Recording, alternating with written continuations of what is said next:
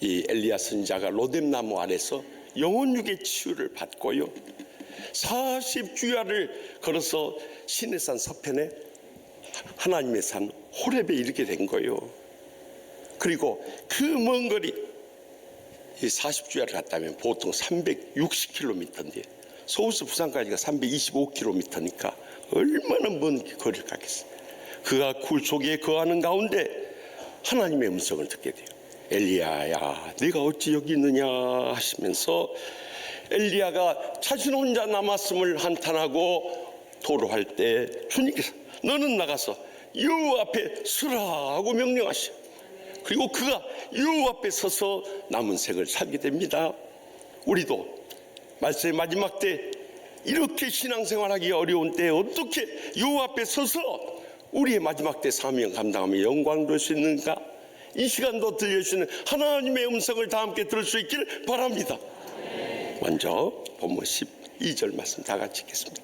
또 지진 후에 불이 있으나 불 가운데에도 여호와께서 계시지 아니하더니 불 후에 세미한 소리가 있느니라 하며, 엘리야 선지자는 여호와의 명령을 따라 여호와 앞에 서기를 원했는데 여호와 앞에 크고 강한 바람이 불어서 산을 가르고 바위를 부쉈지만 거기에 여호와께서 계시지 않았어요. 그리고 그 바람 후에 지진이 일어났는데도 지진 가운데 여호와께서 계시지 않는 거예요. 그 지진 후에 불이 임했지만 그 불 가운데도 여호와께서 계시지 않았어요. 그런데 그 불 후에 세미한 소리가 들려오면서 엘리야 선지자가 듣고 겉옷을 얼굴을 가리고 두렵고 떨림으로 나아갔을 때 엘리야야, 내가 어찌하여 여기 있느냐. 두 번째로 여호와께서 나타나셔서 그를 위로해주고 격려해주고 새 힘을 실어준 것을 볼 수가 있습니다. 엘리야 선지자는 여호와 앞에 섰을 때 하나님의 세미한 음성을 들을 수 있었던 거예요. 우리도 말씀의 마지막 때 이 한란만 세상 승리하기 위해서 다른 무엇보다도 하나님의 음성을 듣는 것을 가장 근본적으로 소중하게 여길 수 있길 바랍니다. 그렇다고 해서 우리가 하나님의 기적적인 바람의 역사나 또 지진의 역사나 불의 역사를 부정하는 것은 아니에요. 이런 하나님의 기적을 부정하는 사람들은 다 사탄에 속아서 성경의 이 기적의 역사를 믿지 않으려는 자유주의, 인본주의, 세속주의 신앙이라는 것을 잊지 마시기 바랍니다. 그래서 일본의 유명한 신학자 내총감삼에게 한 젊은이가 찾아와서 난 성경 믿을 수가 없습니다 이렇게 고백했을 때 이 내총감삼 신학자가 그랬다고 하죠. 성경의 격표지와 마지막 표지를 제하고는 모두 다 하나님의 기적일세 그랬다고 하죠. 여러분, 그러면 우리는 하나님 믿을 수가 없는 거예요. 하나님께서 기적을 통해서 우리에게 무엇을 깨우쳐 주려고 하는가, 그걸 기억해야 돼요. 우리 일생도록 하나님의 어떤 기적을 체험하지 못했다 할지라도 우리는 하나님의 세미한 음성만은 들을 수 있기를 바랍니다. 계속해서 본문 15절 16절 상반절 말씀 다 같이 읽습니다. 여호와께서 그에게 이르시되 너는 내 길을 돌이켜 광야를 통하여 다메섹에 가서 이르거든 하사엘에게 기름을 부어 아람의 왕이 되게 하고 너는 또 nim시의 아들 에후에게 기름을 부어 이스라엘 왕이 되게 하고 하며, 이렇게 엘리야 선지자 앞에 나타나신 여호와께서 엘리야야 내가 어찌하여 여기 있느냐 하고 하나님의 음성을 들려주셨는데, 그때 엘리야 선지자는 10절에 이어서 14절에 또 두 번째로 내가 만군의 여호와께 열심히 유별하오니 이는 이스라엘 자손이 주의 언약을 버리고 주의 제단을 헐며 칼로 주의 선지자를 죽였으며 오직 나만 남았거늘 그들이 내 생명을 찾아 빼앗으려 하나이다 하고 고백하며 한탄을 해요.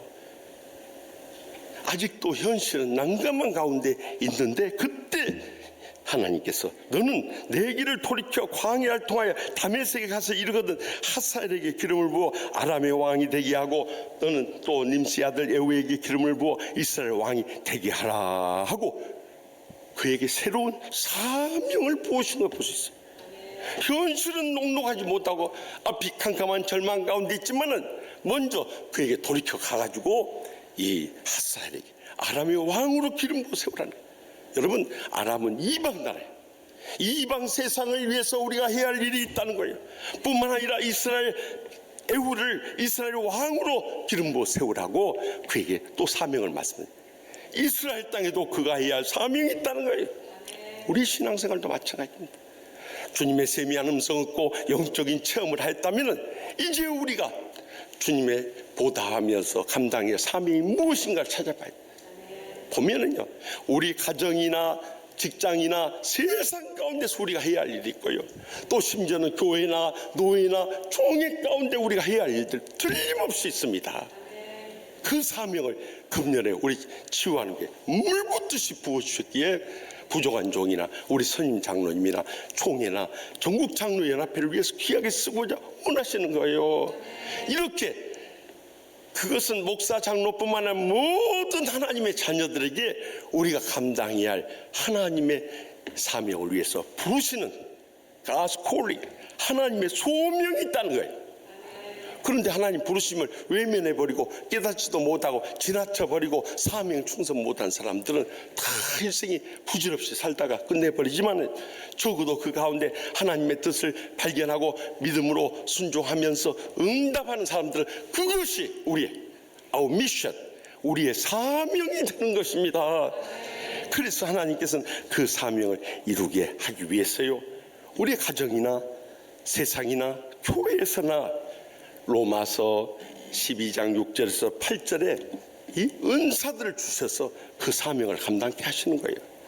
거기 보십시오. 우리에게 주신 은혜대로 받는 은사가 각각 다르니 혹 예언이면, 다시 말해 맡겨진 하나님 말씀을 선포하는 것입니다. 이것을 예언이라고 하는 거예요. 우리가 예언이라는 건 미래를 알아맞추는 구약시대에 그랬지만 신약시대에서 프로페테이아라는 이 단어는 맡겨진 말씀을 선포하는 거예요. 하나님의 말씀을 전파하는 것입니다.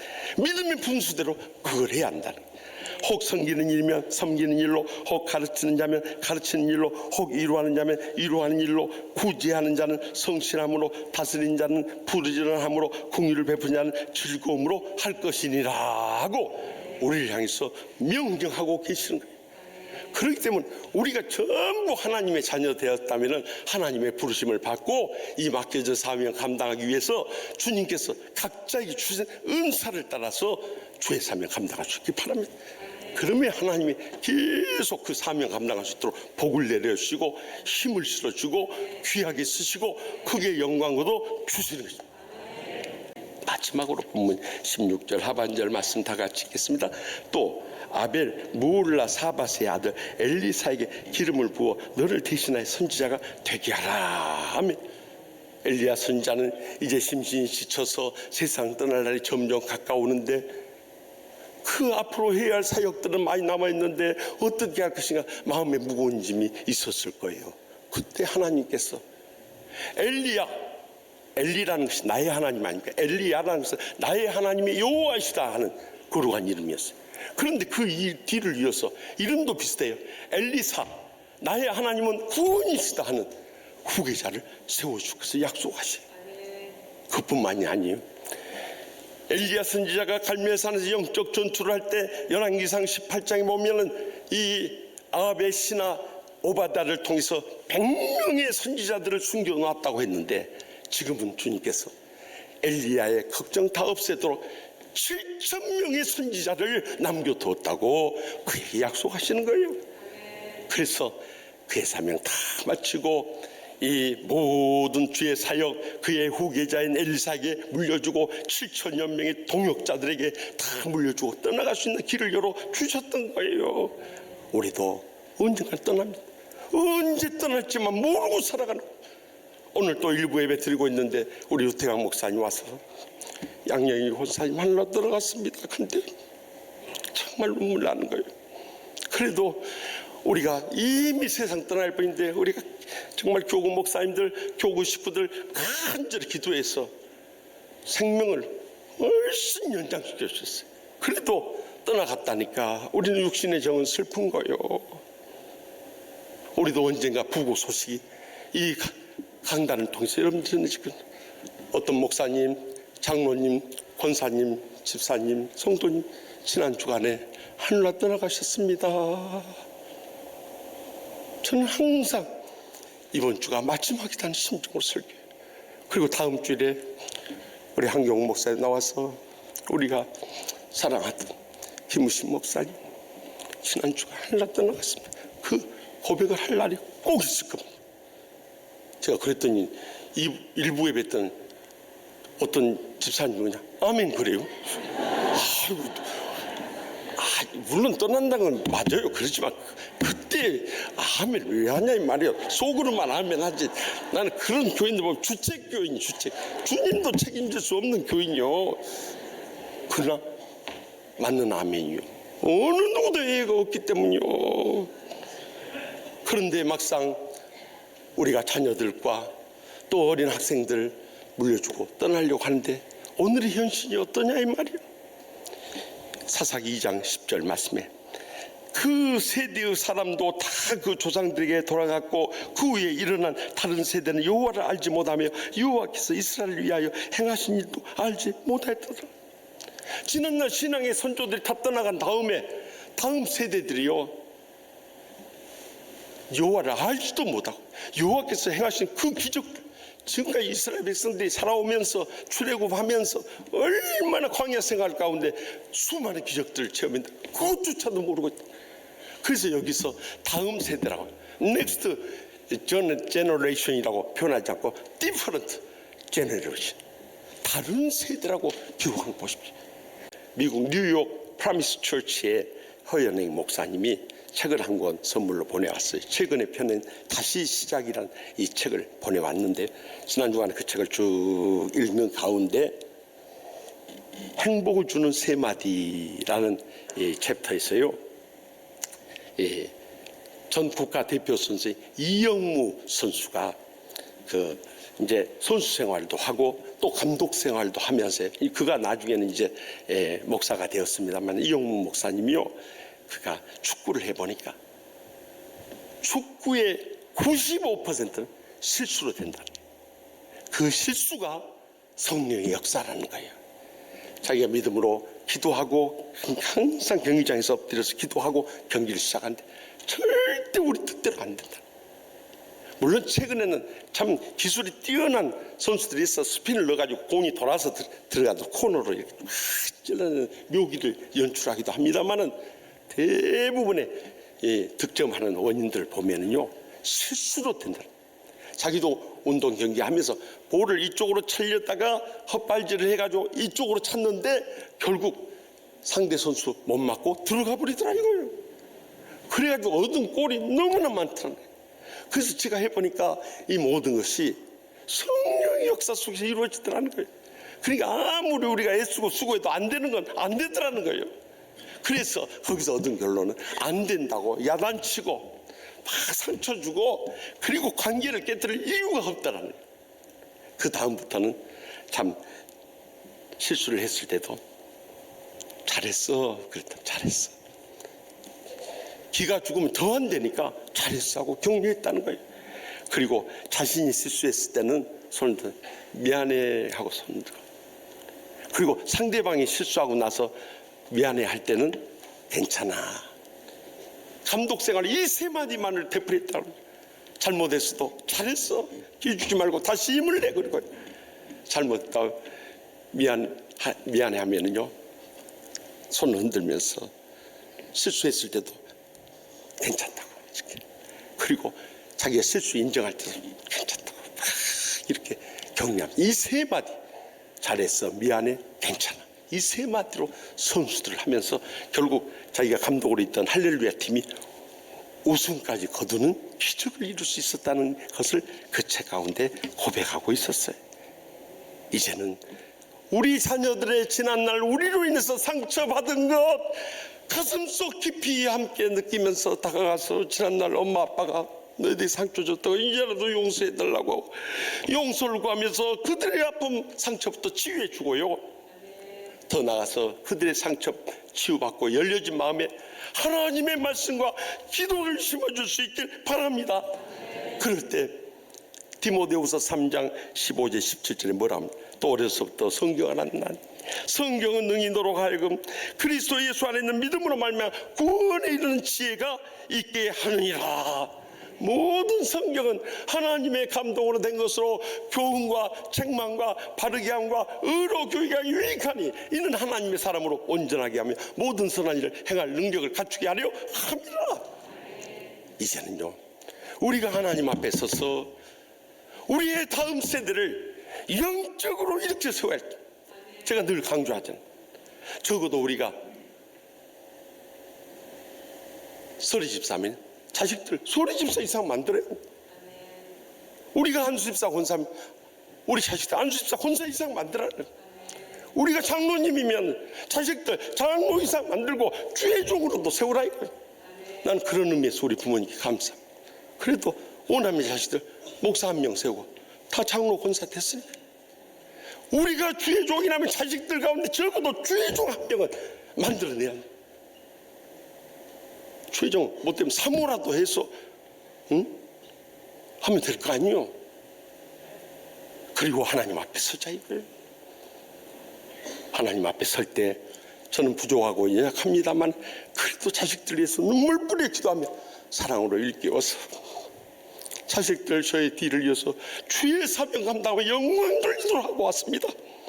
그럴 때 주님께서 우리를 기뻐받 잘했다 착하고 충성돼 네가 얼마나 눈물 뿌려 기도하며 고생 많이 했느냐 우리를 위로할 날이 꼭 다가오게 될 줄 확실히 믿습니다.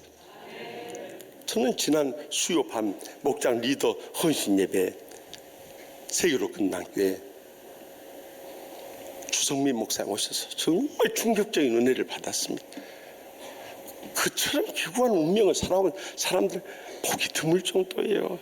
저기 충청로 시골에서 부모님이 목사님이셨는데 얼마나 어려운 교회였던지 사례도 못 받고 교인들이 갖다준 식량으로 먹고 살았다고 하죠.